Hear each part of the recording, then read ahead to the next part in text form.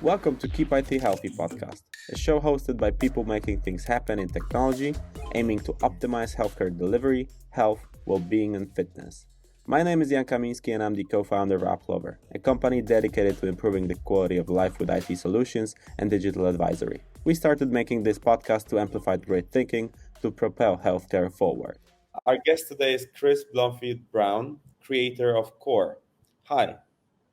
How are we going? Thanks for having us on, and hopefully we can give some nice background or insight to some of your listeners. Yeah, we always started with the question about backstory and your path, your career path. So could you tell us the backstory and what brought you to this particular career? Well, if it's the long version, we're going to need more than an hour. So maybe an abbreviated version. I've got a really diverse background, but I think we can summarize it where you can say I've always been performance oriented, trying to strive to make things better. And that goes from athletics for high level sports performance to software companies that I've founded, have multiple startups to biometric sensors. I was a race car engineer trying to do race cars performance for 15 years, biometric sensors, laser industry. So it's a real diverse background. But if you all boil it down, it's all the same thing, is trying to strive to make things better, perform better, work better, always trying to improve things. You mentioned race car engineer, right? How you transitioned from being a race car engineer to working with biometric sensors and sport performance data analysis that you do Yeah, right now? well, as a race car engineer, on like even a simple car will have 160 sensors monitoring most things on the car and trying to optimize the system. And I look at it, it's a whole system, as we were monitoring everything on the car except the most important and the most variable part, which is the driver. So we can monitor his interactions with the car, but we weren't looking at the biometrics data that way. So I started a company with a really bright guy, one of the best wireless guys I've met, and in Australia, and we would feed in the biometric sensors and go into the car computer system like every other sensor. So we turned the driver into another component in the car, just another tunable device, and we got this biometric feedback that gave us better insights on how to make the overall system work better. And that way I got involved more and more in biometric sensors, but I had already been involved with quite a bit through some high-level cycling and other sports that I've been involved in. So it was a kind of a simple transition. So we're monitoring race cars to improve performance, and the one thing that we needed to improve were the biggest variables, drivers. So we started monitoring the drivers to figure out all that. And actually, originally, I wanted to prove to the drivers they needed to be fit. But what we found was a lot more indication on stressors and other kind of really important biofeedbacks that we were able to translate into performance and results really quickly. What happened to that company? Like a lot of them, that kind of went on to it transitioned to another third party, and I went on to the next challenge. So yeah, always kind of looking for opportunities and things to do. So yeah, from there, a friend called me, was a bit desperate. That's how I ended up in Switzerland. Not desperate, it's probably the wrong word. Really wanted me to come and help him with his project in Switzerland for 6 months. And so I learned all about the laser industry. So we did that for a couple of years, and still in Switzerland. Right now, you're a technology lead at Core Body Temperature. Could you tell us more? What is Core and what are you producing? Well, core simply is the first sensor to measure your core body temperature. Mhm. So it's a wearable sensor, and you just most athletes, they just kind of wear it onto their heart rate monitor.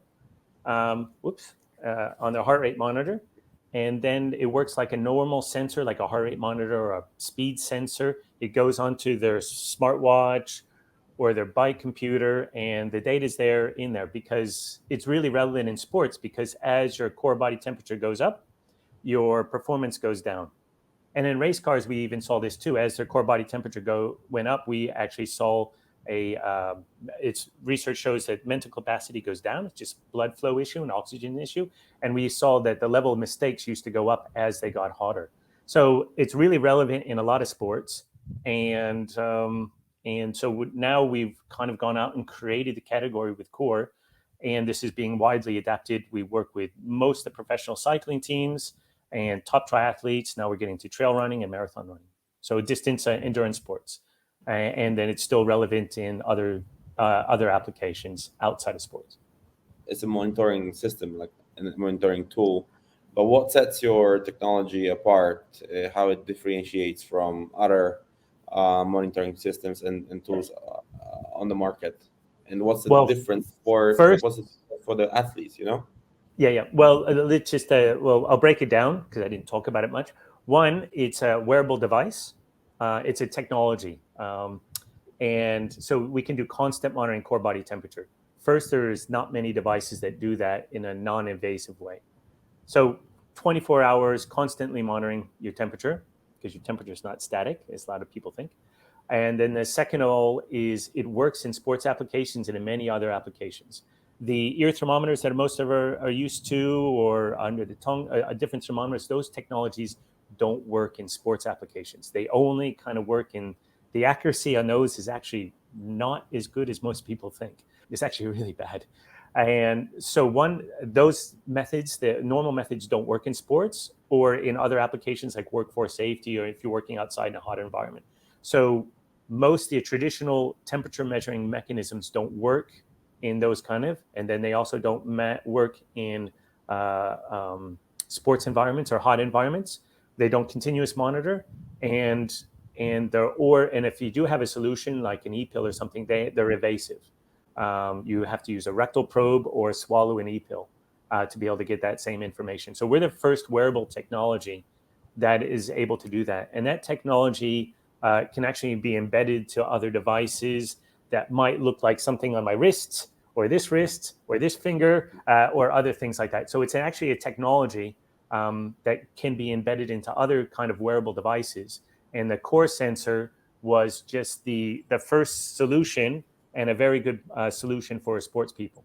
So, Okay, and but as I understand, it's not only for athletes, but it can be used by amateurs as well in sport. of Or course, it's yeah, you can use it for sports. We have people who use it for other things like workforce safety, people who are working in hot environments, firefighters and things like that, who want to monitor themselves, military going to hot environments or getting ready to go to a hot environment. Um, And then in America, under the Emergency Use Act, it's actually an FDA-approved device for medical. And now they're just finishing up the full 501(k), they call it, to be a medical device in the USA, then followed by other countries.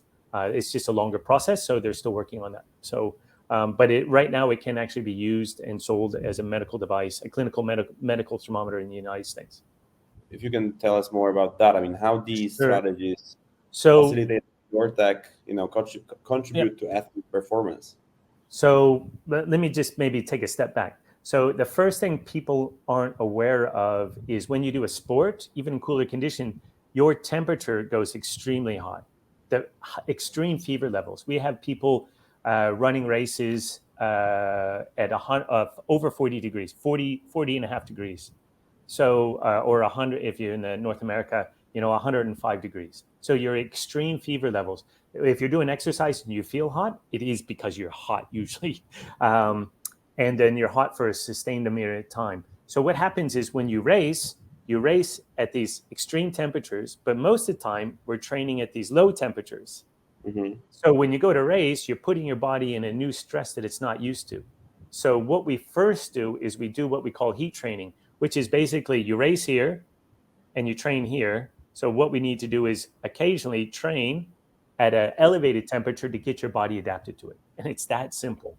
So we just try to get you to the right level, get you the right temperature for a duration period of time so your body adapts. So when you go to compete, your body's more efficient and you perform better. And I that's mean, what a lot of the athletes do. Yeah. it's used to heat, right? Yeah, we get your body more efficient. So what happens is when you let's say cycle, 20% of the energy that you consume goes to putting power at the pedals, and that's what people measure at the power meter. Yeah. 20% is turns into mechanical. So your gross efficiency is 20% on a bicycle if you're good. That means 80% of the energy is not going to the pedals and actually comes out as heat. 80% of the calories we consume turns into heat, and our bodies have to get rid of that heat. And to get rid of that heat is a physiological system. And like all physiological systems, they can become more efficient. And the way you make them more efficient is you stress them and they become more efficient. And there's two interesting parts in the adaptation. And one is your body gets much better at how to redirect blood flow for cooling. And we can talk about how cooling works if you want. And then the other one is your body sees basically you need to sweat more. So your body produces more plasma or blood volume. So your blood volume increases. And that's actually one of the main key things for performance, even in cooler conditions, we found is if you can expand the blood volume, then your performance can go up, even in cooler conditions. So we have people heat training for cross-country skiing, even though it sounds funny, and they measure the results and they see improved measurable gains.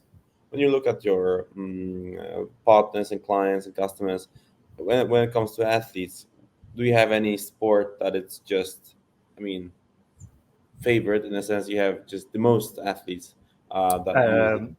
Well, Is I can say for like the pro cycling teams, I was at over 20 training camps this year. okay. And the reason I didn't go to a few more is I missed. There was three that we couldn't manage to get there in time, or the schedules didn't match up. The top triathletes, we work with most of the top triathletes. So triathlon and cycling are big areas at the moment. But now we're moving into trail running, and we're working with some of the top trail runners because they have same issues. And then we're just starting into getting into running. So mostly endurance sports, anything in endurance sports. But we also have America's Cup sailing. We work with a few teams there, and volleyball, or there's other sports. Any sport. It actually even we do a lot in cycling. So there's even velodrome racing, on the track racing. And some of those events, they only last 2 minutes, but they're still monitoring core body temperature because when they warm up, they do a lot of pre-cooling because they can measure the difference, even in an event that lasts 17 seconds. So if you can get all the blood flow, and maybe I should give the reason why this works, it's almost a mechanical system. If you can get all the blood flow to work to the working muscles, even for those 17 seconds, they can measure, they can see that it's a performance gain. And all they have to do is do some heat acclimation training, and then they do pre-cooling. Mostly they're doing a lot of pre-cooling before their event starts. So they warm up the muscles or get the vascular dilation in the working muscles, and in the rest of the body, they keep it cooler. So all the blood's going to go to the muscles for those 17 seconds or those 4 minutes or however long it is. And your predominant market is US probably, right? Or is Right now, it's 45% Europe and 45% US, and then 10% rest of the world. okay. So it's pretty evenly distributed. Rest of the world, I think actually Japan might be bigger than that. The way we calculate it's actually might be maybe it's 42, Japan 4, and then the rest of the world. So and it's growing. So it's growing, but it's pretty even distribution between there. But we'll see how that grows in the future. Could you share some insights into the journey of developing this technology and launching it to the market? Sure. So Green Tag, they actually make the sensor itself. So, and we should probably talk about temperature in a little bit. So we'll circle back to that. So they actually make the sensor itself, and it measures energy transfer. And then they had been working in clinical studies and doing product for about 7 years, 6 or 7 years, when I knew them through the laser industry. These sensors are also used in the laser industry to measure a small amount of laser energy, or to measure actually the energy coming through a big thickness on a wall, the like mu value on a wall. And they were doing this also to measure core body temperature. And I knew the CEO, Wolf, and he asked me if I could help. He thought it might be good exposure to try to do something in sports. And they had been contacting a lot of companies and it hadn't been getting traction. So we said we need to have a product to help demonstrate the value and help create the category, because the other companies were reluctant to do that. So Core actually looks like a separate company. We're kind of we're separate, but still affiliated with the parent company. But we really kind of operate. We're completely different. We're direct to consumer, and we're our own kind of business unit to create the core body temperature and create a sensor and create the category and show the usefulness in sports. So I came in, and this was right before COVID started, and we said this is a good opportunity. And so, from my race car background, I learned how to do products very fast. How long did it take you to launch the product from, let's say, A to build a prototype and then to build a fully functioning product? So I was fortunate when I got there. They had some really rough prototypes that they were using for clinical studies and just to gather data. So, but it was very crude. It was just like open circuit board with epoxy, and we could gather a little bit of data. So I came in and we turned up the gas, in so to speak. And in a month and a half, we kind of came up with a whole plan that actually is still true now. The same plan we're still executing on. The name, the logo, the website, everything was launched in 5 6 weeks from starting.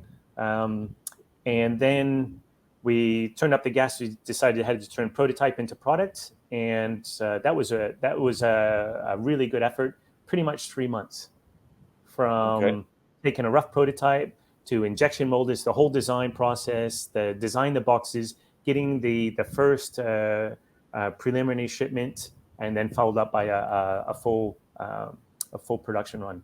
And so within that, so we went from end of May, we had our first like 300 delivered with basically the same product we have now. And then we were in the Tour de France because that was COVID year. So we were in the Tour de France in July with one team. And then because that was a COVID year, then we went to the Giro, had two more teams. So we were up to three teams. And then we were up to five teams in the Volta. And then it just kind of snowballed from there. And then we started working with triathletes at the top level. We had Olav Blue, who's a fantastic coach. He really saw the value, and everything just snowballed really quickly. When it comes to the features, because obviously as a monitoring system, it can be, you can probably, there's an indefinite feature list in a sense, like functionalities of the product. What are the plans on the horizon? I mean, do you just want to focus on sales, or you still developing the product and changing some or adding some additional things to it? In any kind of business or technology, you always have to be going forward. If you're not going forward, you're going backwards. So of Right. course, we're always developing. We're trying to add more value. And again, we work with top professionals, so we take a lot of their input. And I mean, it's great. We work with the best in the world, and we try to answer their questions. And we're getting the input from them. They're trying to. We have people trying different kind of crazy things. We support them in those things, and then some of those things will propagate down for more use for the general consumer. So we're always trying to push the boundaries, do the next steps, keep moving forward, and add value for everyone for using this data and add value. The real value actually is when you combine with other data. And so when you have all this big data model, I wear all these things, and if you combine all that data, it even paints a bigger picture.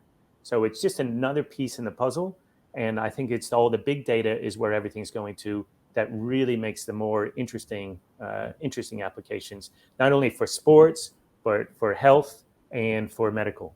Could you share some of the plans, like where the product will be heading, or you can't for now? Well, I can be slightly evasive.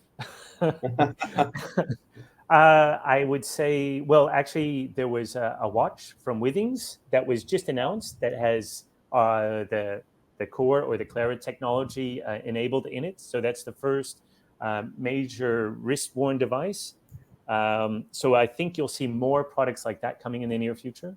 So it's going to start being much more common metric. And then the value add is for sleep. It's one of the best sleep trackers because when there's a thing called circadian cycle, when you fall asleep, your temperature generally drops zero point 0.5, zero point 0.6 degrees or 1 degree Fahrenheit. And then when you wake up, it comes back up. And you can Right. almost see the minute someone falls asleep because their temperature immediately starts dropping. And when you're under stress or fatigued or overtrained or ill, that circadian cycle gets disrupted. And that's a really good health indicator. and that doesn't show up in other sleep trackers that work off HRV and accelerometers and heart rate. So really, Mhm. this core body temperature is a really important metric that way. And we're involved in some projects for early detection of neurological diseases, because they'll show Mhm. up in the temperature circadian cycle, which is really early detection of Alzheimer's and early detection of Parkinson's. So it's really exciting to be helping create, not only helping sports performance and hopefully a business model that's successful, but also when you think you can actually do good in society in the long term. That's extremely motivating for everyone involved. If you can help people and if we can do early diagnosis of these diseases and help people in the hopefully in the future, be able to combat them or slow those down, that's a major motivation thing. And the sports people are helping us get on that path. So sports is Mhm. actually playing a role in helping people's medical and health in the long term.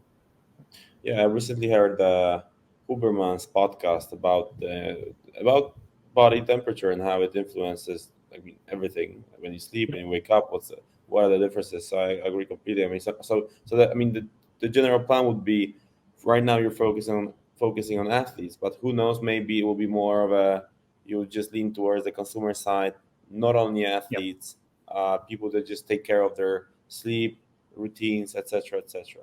That's what you Yep. meant. Okay. Definitely. Where I'm focused more on the athlete side, but part of the athlete side, we're using it also for sleep monitoring, looking for fatigue, looking for adaptation, and moving into the general. And you can definitely see, and all this information that we use in the athletes gets moved to the general health and wellness and consumer side. So definitely, just like we did heart rate monitors started in the athletic space, and now everyone uses them, right? They're on all your watches and rings and whoops and everything else. So Yeah. heart rate is a normal thing, and core body temperature is something I could foresee as another important metrics in that whole sphere. Yeah. And there'll Hmm. be more and more in the near future as the biometric sensors development it gets better and the accuracy gets better. That can be more of a useful biofeedback system, like we do in coaching for sports performance. That Yeah. information can be used into uh, uh, health and wellness, and even treating. We have people, researchers, treating diseases now like sports performance, using the biofeedback, seeing how things are working to make improvements. Yeah, but is there still a problem with the technology? I mean, you mentioned the biosensors are not, or they cannot be accurate enough, or what's the let's say the error margin? All of them have error margins. I know if I use a chest-based heart rate monitor, it's much more accurate than my wrist-based heart rate monitor. But my wrist-based is good enough for 80% of what I'm doing. But if I'm doing sports performance, I'm used to wearing the chest-based one. Okay. Um, and look, the wrist-based heart rate monitors from 5 years ago to now, they're making leaps forwards. Everyone is making going forward. So we all know that computers did this. All technology keeps advancing, getting better and more accurate and more sensitive. And there's a lot of clever people out there trying to figure out how to make everything better. We got people doing blood pressure, SpO2, SMO2, and there's other things coming in the works, with live glucose monitoring, and there's other things that they're looking at monitoring besides just glucose, including lactates and ketones. The rate of progress is increasing. They still take time, but it's easy to foresee that it's all coming. And this sensor technology is called Calera, right? So core is the product, and Yeah. we are primarily focusing on the sports field, and then Calera is the based integratable technology. Yep. And so Calera is a Swiss word for temperature. Uh, And it can be Calera can be embedded in various devices, correct? So right. can you share Wearable some? devices. Yep. Yeah. Including So like a medical patch that could be worn on your chest, a wrist worn device that looks like a Withings watch or other watches, or other health monitoring bands. So it's already embedded in a few mhm. different projects. But So any non-sports, for example, applications like yeah. healthcare, where this technology Yes, has benefit? there's one product I like to give it an example. I'm not sure if I can mention the company name, but I'll mention the product, is for monitoring seniors. They have special underpants with a little clip on it that monitors their heart rate, their core body temperature, if they've fallen. And like I say, core we do with the sports performance, and it's much more interesting to talking about winning stages in the Tour de France or Olympic gold medals than it is to talk about your grandparents' underpants. So core was a good way to kind of showcase this technology, the Clara technology, and showcase that it can be used in lots of different applications. So there's medical things in the works. There's and then there's also consumer now being released, like the first product, Withings and a wrist device. And you will see probably sports devices in the near future too. We talked a little bit about the future in general, but how do you envision sports tech evolving? I mean, except for probably a lot of data and a lot of data analysis. Yeah, you mean I see two sides in that. Is one, will get better at measuring technology, and two, the analysis. And there's a lot of work happening in the analysis area now, especially with AI. Now those tools is because we really see it's the big data model. So it's a compound of all the data, finding the trends, and actually a lot of it's really useful now for helping, assisting the coaches. The coaches, athlete gets injured or is feeling sick, we can detect that stuff. Some of the stuff might detect it a little bit earlier, or if we need to adapt the coaching plan because they're feeling a little tired today or overtrained, we can adapt it and readjust for the stresses we need to do to get the adaptations, to get them to perform right for their targeted goals. So a lot of AI is coming involved. There's a lot of development happening there from different areas. And again, I think it's the big data model, and a lot of people are moving to 24-hour monitoring to use that as a whole biofeedback chain. And that goes for, nutrition, rest and recovery, and getting the right amount of stress into a workout for the adaptation.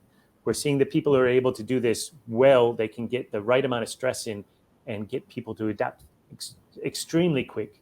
That was never imaginable before, because they're able to refine that better with using technology. Yep. But for example, that we had some guests from the sport tech industry, entrepreneurs and like tech evangelists that do either software for athletes or hardware for athletes. And I'm always asking this because I'm very curious. Is sport opening for technology? But what I mean by this is it easier to convince an athlete that they need, let's say, a new brand like SaaS analysis platform or hardware, or it's easier to convince a trainer, a coach? It depends on the athlete, but your best success path is going with the trainer and the coach, because they're the ones who are prescribing the workouts. And it depends on the athlete. Some athletes, they go, you have a power meter, and they say, yeah, I use it because my coach tells me to go do X. And I use it to say, okay, I sit on 305 watts for 5 minutes, then I rest for 1.5 minutes. And then I do 305 watts for another 5 minutes. I do that 3 times. I'm doing my intervals. So the coach is prescribing it, and then the athlete goes and executes the workout, and then the coach looks at that data as analysis to how to keep adapting. So I think you're better, but we also have some very advanced athletes and who basically coach themselves. So then you can kind of say that they're a coach, or some athletes who are very interested in this technology, and they'll still discuss it with their coach to come up with a plan. So I would say that coach's involvement has to really be there. And the crux is the coach, they have a lot of athletes, they have a lot of work to do. And how can they put this technology in that they're going to get a benefit from? How much extra work is it? How are they going to get the most out of it? So most coaches will approach it that they'll start with the technology on themselves, or a couple of their athletes, and they'll see how to integrate it into the program before they roll it out to all their athletes. So you have to realistically look at their problems, and they're getting paid. Their job is to get results, and so they have the really, really hard job of taking technology and data and turn it into results. And if they try to experiment with someone who's got they just had the Ironman World Championships, the men's World Championships up in the weekend.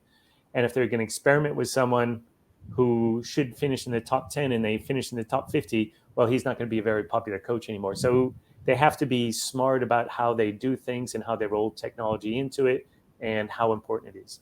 And I like to say 80% of the training is always the same. It's what they do with it, 20%, and how they're going to adapt it.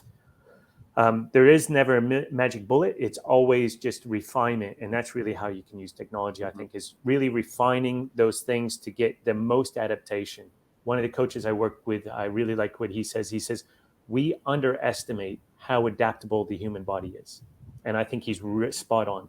And if we can get the right stressors on it and refine that stress, the body adapts really quick for performance or health and other things. It's just all about the right balance. And that biofeedback and the technologies is really how we can refine that to get it happening faster. Aren't the, I mean, not only by your product, but is there fear among coaches that they're going to be replaced by technology and by, or not really, they know that they need to use it in order to enhance the performance of their athletes? I would say I was in race cars and we used so many sensors, and the race car engineer's job's not going to be replaced by AI and other things. Yeah. I think those should be looked as tools. And if someone has that fear, I think it's mostly just a lack of understanding, because a coach's job is really important. And then I've been in another podcast recently. They were talking about, oh, it's the feedback from the athlete is super important, and you can't remove it.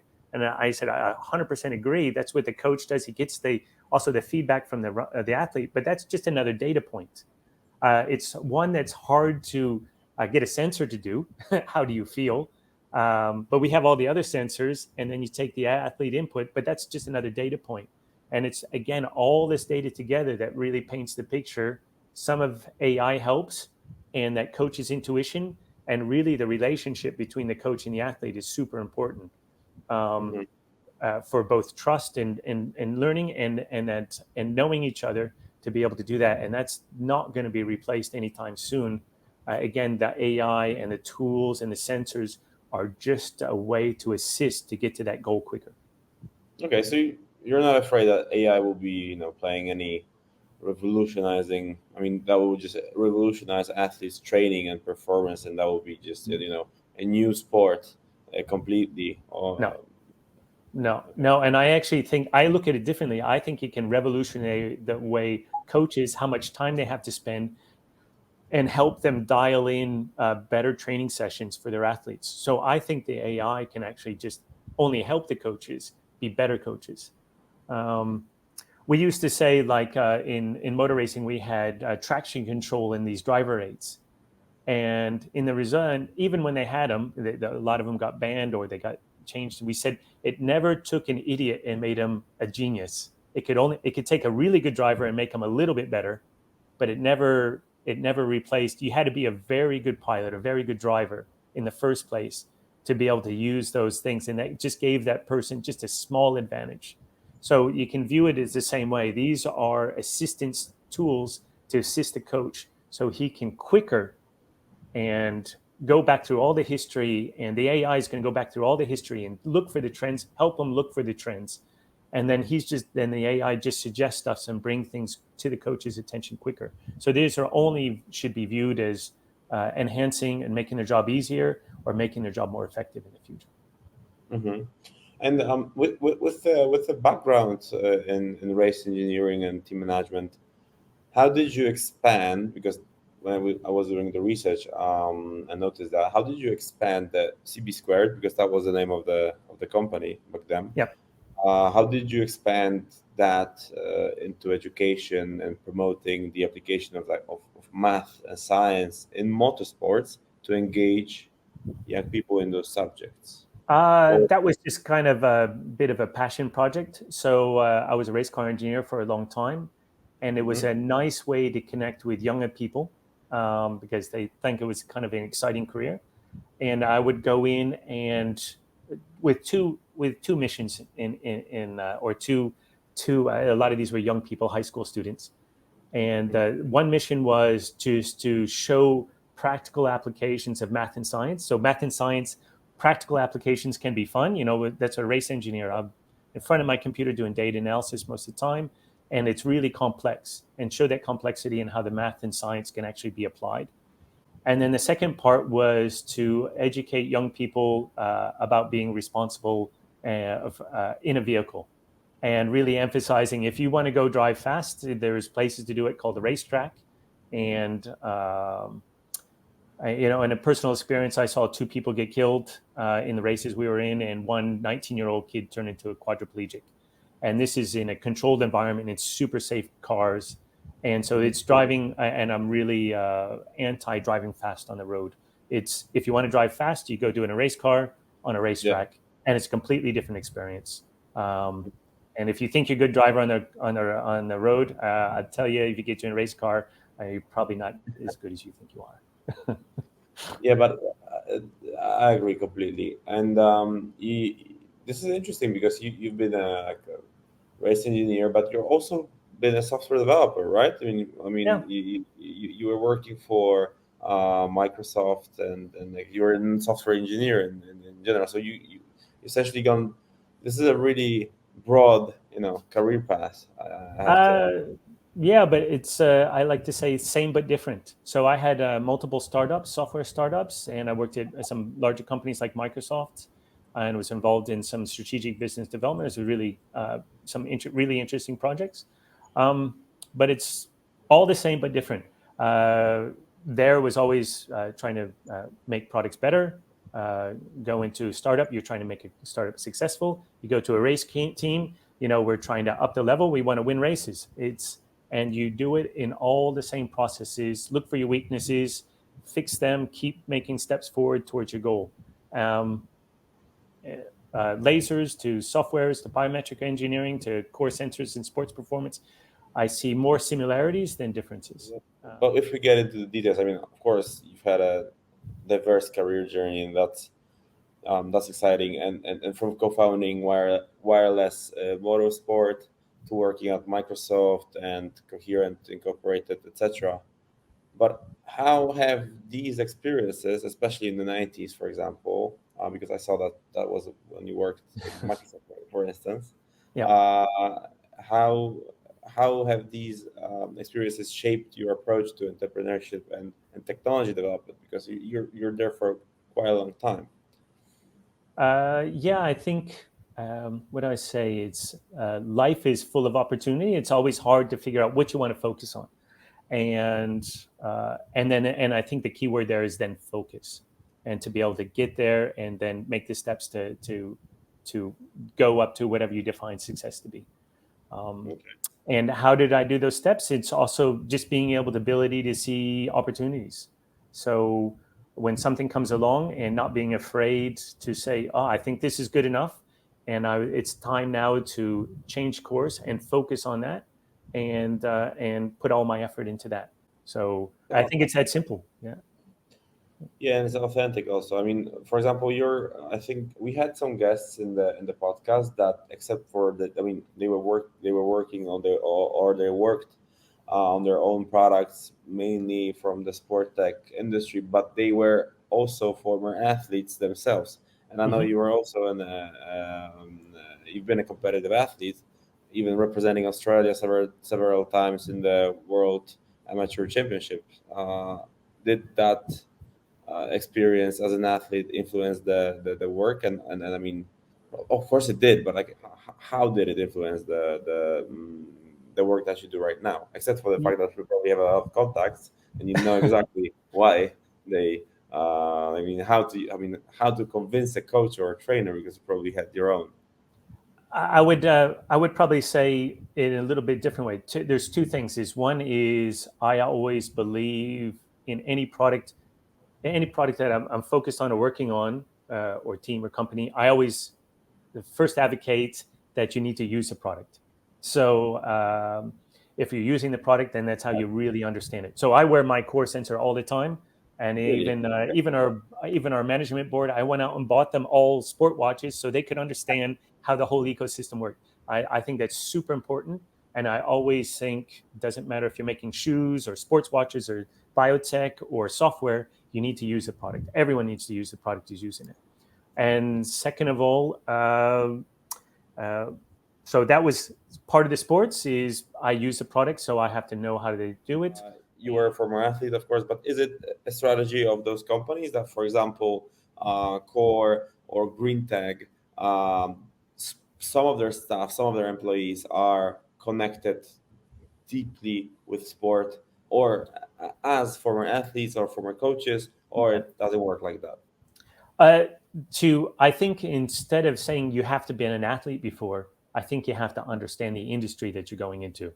Um, and so if I go around a pro cycling team, I really have to understand how the teams work. I mean, those guys are so incredibly busy. You have to be really understanding how their schedules work. What are the coaches to take on new technology? It's not sort of like it's a simple thing. You have to understand their process, their apprehensions, and be able to work with that. So I think it's important in any kind of new area or a technology area getting into that you need to understand that industry.